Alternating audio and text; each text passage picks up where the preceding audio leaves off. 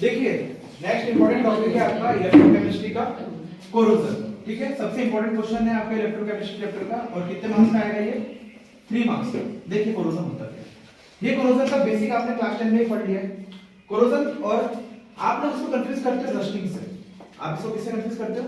Rusting. Rusting corrosion का एक phenomena है। कोरोजन बहुत बड़ा टॉपिक है, कोरोजन बहुत बड़ा टॉपिक है, इसका छोटा सा टॉपिक है आपका रस्टिंग। रस्टिंग में हम सिर्फ एक मेटल की बात करते हैं, वो है आपका आयरन। वो क्या है आपका? आयरन। ठीक है, देखिए कोरोजन का मतलब होता है आपका eating away of top layer of metal. Eating away of top layer of metal मतलब इसका कहने का मतलब क्या होता है? सपोज ये आपका आयरन है, ये क्या है आपका? आयरन है। ठीक है, ये पूरा आयरन का बना हुआ पूरा, इसके ऊपर की लेयर आपकी कहीं से टूट गई, रस्ट हो गई। ठीक है, इसको क्या बोलते हैं? कोरोजन। सपोज मैंने आपको एग्जांपल लिया ईटिंग अवे या कोरोना। सपोज आपकी स्किन है, ऊपर एसिड गिर गया, ऊपर स्किन में क्या कर गया? एसिड गिर गया, तो क्या हो गया? एसिड गिरने के बाद जल जाएगी, वहां की स्किन क्या होगी? डैमेज हो गई। मतलब जो पहली स्किन थी वैसी स्किन रही क्या? नहीं। तो इसको बोलते हैं कोरोजन ऑफ स्किन। क्या कहते हैं? Corrosion of skin. ऐसे ही अगर कोई भी मेटल हो, तो कोई भी मेटल के ऊपर अगर टॉप लेयर की स्किन चली गई तो उसको क्या बोलते हैं? कोरोजन। ठीक है, और इसी के अंदर आपका टॉपिक आता है क्या? रस्टिंग। तो रस्टिंग इज अ फिनोमेना जिसमें कोरोजन ऑफ किसका होता है? किसका होता है? Corrosion of iron. तो जब भी हम बोलते हैं कोरोजन ऑफ आयरन, वो वर्ड आपका गलत होता है। कोरोजन आपका ब्रॉड वर्ड है, सबसे बड़ा वर्ड है, उसके अंदर का सिर्फ एक पॉइंट है आपका रस्टिंग। ठीक है, तो अब हमको पढ़ना है किसका? Rusting of iron. तो कोरोजन मतलब क्या होता है? Eating away of top layer of the metal और स्किन, कुछ भी हो उसके टॉप लेयर का रिमूवल, उसको क्या कहते हैं अपन? कोरोजन। ठीक है, और उसका एक पार्ट है आपका, सब पार्ट है रस्टिंग। ठीक है, अब देखो ये किससे से कर सकते हो? कोरोजन होता है आपका जितने भी कोरोसिव मेटल है, कोरोसिव सब्सटेंस है, कोरोसिव लिक्विड जैसे एसिड। अगर सपोज मैंने मेटल के ऊपर एसिड डाला तो क्या उसका टॉप लेयर रिमूव होगा? होगा? होता ही है। तो इसी को तो आप यूज करते हो कोरोजन को, ये प्रिंसिपल तो यूज करते हो। आप टॉयलेट क्लीन कर रहे हो, उसमें आप क्या डाल रहे हो? एसिड डाल रहे हो, और आपकी टॉयलेट क्लीन के ऊपर जो सीट है उसके ऊपर जो गंदगी चिपकी हुई है येलो कलर की, जो भी आ गया स्टेट्स आ गया, वो आप क्या कर रहे हो? एसिड के माध्यम से उसको क्या कर रहे हो? रिमूव कर रहे हो। तो वो भी क्या है? कोरोजन है, पर उसको हमने प्लस एडवांटेज दिया। उसका क्या एडवांटेज क्या होगा? प्लस। वो फिनोमेना तो गलत है पर हमारे लिए वो इंपॉर्टेंट है। और कुछ जगह पे ये फिनोमेना क्या है? सपोज कोई मशीन लगी हुई है, मशीन में ऑयल है, बहुत सारी लिक्विड है, कभी एसिड है, कुछ भी आ गया तो क्या होगा? खराब होगा। अब पोल देखा आपने, पोल ऐसे ही नॉर्मल खड़ा रखा हुआ है आपका पोल, किसमें? बाहर धूप में रखा हुआ है, तो क्या मिला उसको? मॉइस्चर, तो रस्टिंग हो गया। टॉयलेट ने आके इसमें टॉयलेट कर, इसमें डॉग ने आके टॉयलेट कर दिया, तो वो भी क्या आ गया? Uric acid. तो इतना पावरफुल एसिड नहीं है, पर कुछ तो होगा धीरे धीरे, कुछ तो होगा धीरे धीरे कोरोड होना चालू होगा। तो एसिड है, स्ट्रॉन्ग बेसिस है, ये क्या है? आपके कोरोसिव लिक्विड। ऐसे लिक्विड जो कोरोजन मत करते हैं उसको क्या बोलते हैं? Corrosive liquid. अब अपने बात करते हैं नेचर की। अब हम बात करते हैं नेचर में। नेचर में कोरोजन कैसे होता है? तो हम एग्जांपल ले रहे हैं किसका? रस्टिंग ऑफ आयरन का। किसका एग्जांपल ले रहे हैं? रस्टिंग ऑफ आयरन का। देखो रस्टिंग ऑफ आयरन मतलब आयरन की टॉप लेयर आपकी क्या होगी? रिमूव। ठीक है, तो देखो आयरन जो है आपका, उसका फॉर्मूला क्या है? Fe। आयरन क्या है आपका? Fe। ये दो अलग अलग कोर से निकलता है। कहां से निकलता है? दो अलग अलग कोर है। इसका पहला कोर है आपका हेमेटाइट। क्या है? हेमेटाइट। और एक है आपका मैग्नेटाइट। कितने हो रहे हैं आयरन के? दो, एक हेमेटाइट दूसरा मैग्नेटाइट। Fe2O3 Fe3O4। Fe2O3 दो फॉर्म में रहते हैं, कंडेंस फॉर्म में। Fe2O3 के फॉर्म में रहता है, किसमें रहता है? Fe3O4। ठीक है, अब इसका ऑक्सीडेशन होता है। ऑक्सीडेशन मतलब एडिशन ऑफ ऑक्सीजन, और क्या बन गया आपका? आयरन। ये तो नेचर में जितने भी आयरन के ऑब्जेक्ट पड़े हुए हैं वो कैसे फॉर्म में रहेंगे? इसमें या इस फॉर्म में। क्यों? क्योंकि आयरन जो है वो रिएक्ट करेगा किसके साथ? आपका ऑक्सीजन के साथ रिएक्शन करेगा, और क्या बनाएगा? फेरिक ऑक्साइड या आयरन ऑक्साइड। सेम वैसे ही आपका सिल्वर है, तो आपने देखा होगा आयरन के ऊपर जो रस्टिंग होती है वो कैसे कलर की होती है? ब्लैक, ब्राउन, रेड कलर की होती है। सिल्वर के ऊपर कैसी होती है आपकी? ब्लैक कलर की। तांबे जो कॉपर के मेटल है उसके ऊपर कैसी होती है? ग्रीन कलर की। गोल्ड के ऊपर होती है क्या?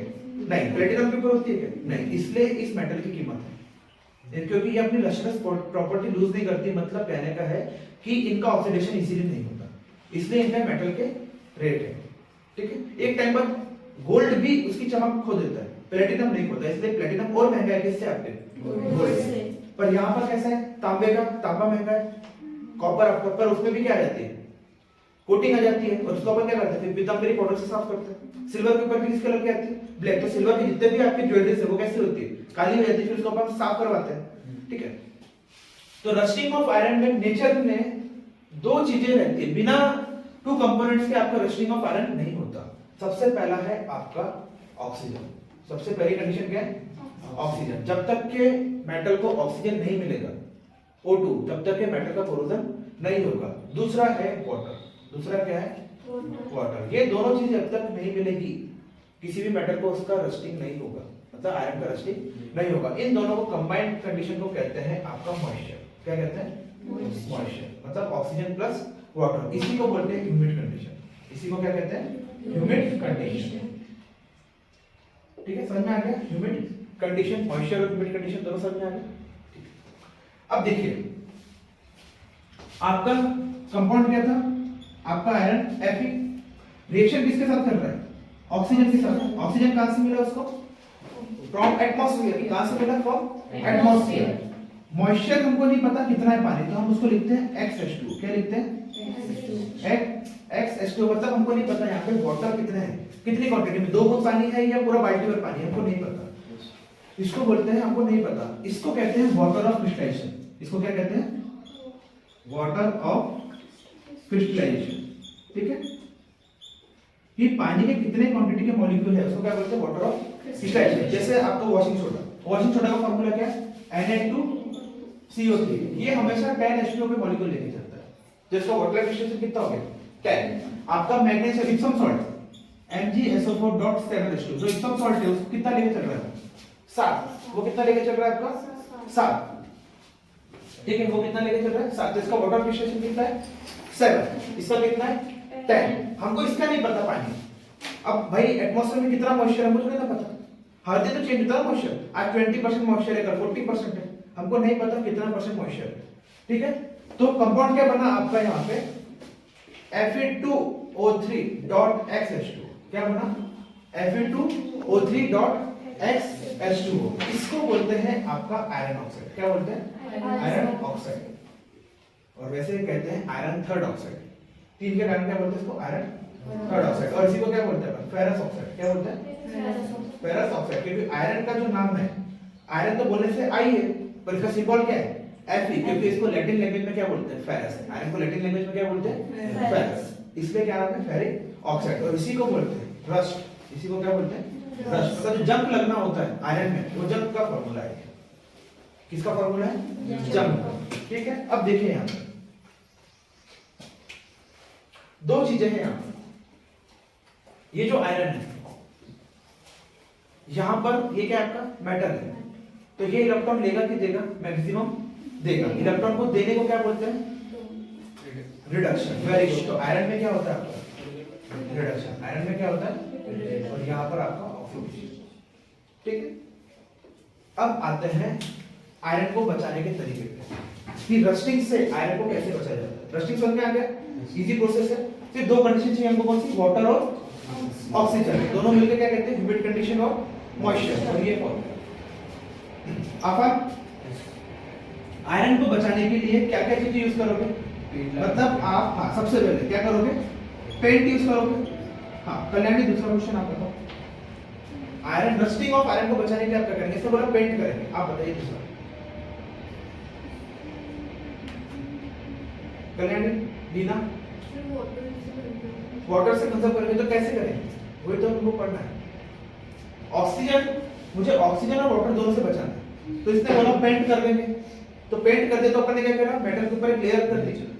ठीक है, और निराली, राम? किसी भी टाइप से लेयरिंग कर सकते, किसी भी टाइप से लेयरिंग कर सकते। वेरी गुड, वही तो हमको पढ़ना है। उसको कहते हैं गैल्वेनाइजेशन। क्या कहते हैं? ये है आपके एमपी बोर्ड के 2 मार्क्स का क्वेश्चन, व्हाट इज गैल्वेनाइजेशन। और अगर 1 नंबर का क्वेश्चन आया तो गैल्वेनाइजेशन में किसकी कोटिंग करते हैं, ये अभी आएगा उसमें, सबसे इंपॉर्टेंट। तो पेंट कर सकते हैं। तो पेंट हम कहाँ करते हैं? आपके एक्सटर्नल सरफेस पे। कहाँ करते हैं? एक्सटर्नल सरफेस पे। जो मेटल का पार्ट, जो आयरन का पार्ट आपके एटमॉस्फेयर के बाहर है, डायरेक्ट कांटेक्ट में, उसमें अपन क्या करते हैं? पेंट कर देते हैं। पर इंटरनल जो पार्ट है आयरन के, वहां पेंट करना पॉसिबल है क्या? नहीं। तो हम वहां क्या यूज करते हैं? Oil and grease. क्या यूज करते हैं? तो ऑयल एंड ग्रीस हम क्यों करते हैं? इसके दो मेथड है। एक तो अपने को रस्टिंग रोकना है, दूसरा काम है कूलिंग प्रोवाइड करना। जब मशीन आपकी हीट अप हो जाती है ना, तो ये क्या करते हैं? कूलिंग प्रोवाइड करते हैं। मतलब सपोज आपके दो पार्ट है मेटल के, ये दो मेटल के पार्ट घूम रहे हैं, अपन में ग्रीस डाला तो क्या होगा? इसमें हीट जनरेट होगा। तो क्या होगा? हीट थोड़ी सी कौन ले लेगा? आपका ग्रीस। और दूसरा काम होगा क्या करेगा? आपका smooth functioning of the iron object. कैसे करेगा? Smooth functioning. ऑयल का एक लुब्रिकेशन का काम करता है। और साथ में इंटरनल पार्ट्स में क्या होता है? ऑक्सीजन तो नहीं पहुंच सकता ना, हवा है, वो हवा तो मशीन के अंदर भी आ सकती है। तो वहां के पार्ट को ऑक्सीजन से क्या करेगा? बचा के रखेगा। मतलब अगर अपन इंजन ऑयल में पूरा ऑयल क्यों डूबा रहता है? इंजन पूरा ऑयल डूबा रहता है ना, क्यों रहता है? क्योंकि अंदर के पार्ट कभी भी आपके कोरोड ना हो। बाहर हो जाएगा गाड़ी में, बाहर गाड़ी में पूरा जंग लग जाए, पर अंदर कुछ नहीं होना चाहिए। ठीक है, तो ये दोनों समझ में आ गए। ठीक है, अब आपने देखा अशोक पिलर का नाम सुना है? अशोक आयरन स्तंभ सारनाथ का आपका 300-400 साल, इतना साल पुराना है, फिर भी अभी तक उसमें जंग नहीं लगा। क्योंकि क्या है, उस टाइम पे तो कोई ऐसी टेक्नोलॉजी थी नहीं, पर उस टाइम पे क्या किया था? उसके ऊपर सॉल्ट का, बहुत सारे हर्ब्साइड का, बहुत सारे लिक्विड का क्या लगाया था? लेप लगाया हुआ था। तो आज तक उस आयरन के पिलर का कोरोजन नहीं हुआ। साइंटिस्ट लोग आज भी ढूंढते हैं कि ऐसी क्या टेक्नोलॉजी थी। इतने साल से हवा में पड़ा है, बारिश कितनी बारिश झेली उसने? 300-400 से बारिश झेली रहा है। तो हमारे के ऑब्जेक्ट तो अभी देखो कितना भी अच्छा कर लो, फिर भी 10, 15, 20 साल बाद, 30 साल बाद होता ही है। कोलकाता का हावड़ा ब्रिज देखो, जंग लगना चालू ही हो गया, 100 साल भी नहीं हुए। और इधर देखो ना 300-400 साल के, उस टाइम पे जब कोई टेक्नोलॉजी ऐसी थी भी नहीं। ठीक है, अब हमको पढ़ना है गैल्वेनाइजेशन। गैल्वेनाइजेशन का मतलब क्या होता है? किसी भी मेटल को पिघलाकर, किसी भी मेटल को, गैल्वेनाइजेशन में पर्टिकुलर एक मेटल होता है, ठीक है, और बाकी कोई भी मेटल को पिघला के बोलते हैं, उसको बोलते हैं इलेक्ट्रोप्लेटिंग। तो गैल्वेनाइजेशन समझो, गैल्वेनाइजेशन में होता है आपका थिन कोटिंग ऑफ जिंक। किसकी होती है? Thin coating of zinc. मतलब क्या किया आपने? जिंक के मेटल को क्या करा? पिघलाया। जिंक के मेटल को पिघलाया, आयरन की रॉड उसके अंदर कर गई डिप और बाहर निकाल दी। तो आपने नॉर्मली आयरन कलर कैसा होता है? ब्राउन टाइप का। पर आपने जब नई आयरन की रॉड खरीदी होगी तो किस टाइप की शेप में रहती है? आपकी ग्रे कलर की। तो जो ग्रे कलर की कोटिंग है वो किसकी है? जिंक की है। आपने बाल्टी देखी है? बाल्टी ऐसी नहीं चमकने लगे दिखती है, क्योंकि इसकी कोटिंग किसकी है? जिंक की। इसलिए आपकी बाल्टी का लाइफ बढ़ जाता है 2-3 साल। ठीक है, तो galvanisation is a process of coating of thin layer of zinc metal on the surface of iron is called galvanisation. अब हम आते हैं इससे एडवांस में। तो गैल्वेनाइजेशन में हमने जिंक का यूज किया क्योंकि सस्ता मेटल है। अगर मैं सपोज इसमें कॉपर डाल दिया तो कॉपर डाल सकते हैं क्या? नहीं, क्योंकि आयरन सस्ता है, आयरन के ऊपर महंगा मेटल डालेंगे क्या? नहीं। पर बेंटेक्स के आभूषण देखे हमने, उसके ऊपर किसकी प्लेटिंग करते हैं? गोल्ड की करते हैं ना। मनिया जो होती है मंगलसूत्र, उसके ऊपर भी किसकी प्लेटिंग करते हैं? गोल्ड की। तो गोल्ड मेटल कॉस्टली है। ठीक है, अब देखो, अब अगर मैं किसी भी मेटल को पिघला के लिक्विड स्टेट में लाके किसी मेटल के ऊपर प्लेटिंग करता हूं, जैसे मैं बात कर रहा हूं कार की, तो कार का बोनट देखा आपने? कार के बोनट के ऊपर देखो जो मेटल की प्लेटिंग है वो पूरी प्लेटिंग एक जैसी है। नल देखे आपने? स्टाइलिश नल। तो नल का कोई भी सरफेस को देख लो, हर सरफेस में एक जैसी थिकनेस है। ऐसा नहीं कहीं मोटा है कहीं पतला है, पूरी थिकनेस कैसी है आपकी? एक जैसी है। ये थिकनेस जो है ये करते हैं हम इलेक्ट्रोप्लेटिंग की मदद से। इलेक्ट्रोप्लेटिंग का मतलब क्या होता है? आपकी इलेक्ट्रिसिटी पास करके कैथोड और एनोड में जाके एक मेटल क्या होता है? पूरा चिपक जाता है, इवनली डिस्ट्रीब्यूट होता है, पूरा एक जैसा। ठीक है, तो इलेक्ट्रोप्लेटिंग में अपन कोई भी मेटल की कर सकते हैं, और गैल्वेनाइजेशन में किसकी करते हैं? जिंक की। तो क्वेश्चन क्या होता है? कोरोजन क्या होता है? कोरोजन की डेफिनेशन क्या होती है? ये वाली रिएक्शन। ठीक है, इसके बाद मेथड कैसे प्रिवेंट करते हैं? पेंट आपको पता है, ग्रीस आपको पता है, फिर मेन इंपॉर्टेंट क्या है आपका? गैल्वेनाइजेशन। अगर व्हाट इज गैल्वेनाइजेशन है तो 2 नंबर की डेफिनेशन लिखना है आपको। और मेटल पूछो ऑब्जेक्टिव में कि कौन सा मेटल, तो किसका? जिंक की कोटिंग। और अभी एडवांस में क्या चल रहा है? इलेक्ट्रोप्लेटिंग। ठीक है, तो जितने भी आपके जॉब वर्क के नर्स है, अच्छे कॉस्टली नर्स, उसमें सब क्या हो रहा है? इलेक्ट्रोप्लेटिंग। ठीक है, तो ये है बहुत इजी टॉपिक है आपके इलेक्ट्रोकेमिस्ट्री का। कल हम पढ़ेंगे सेल्स के बारे में। ठीक है, थैंक यू। नोट डाउन करो इसको।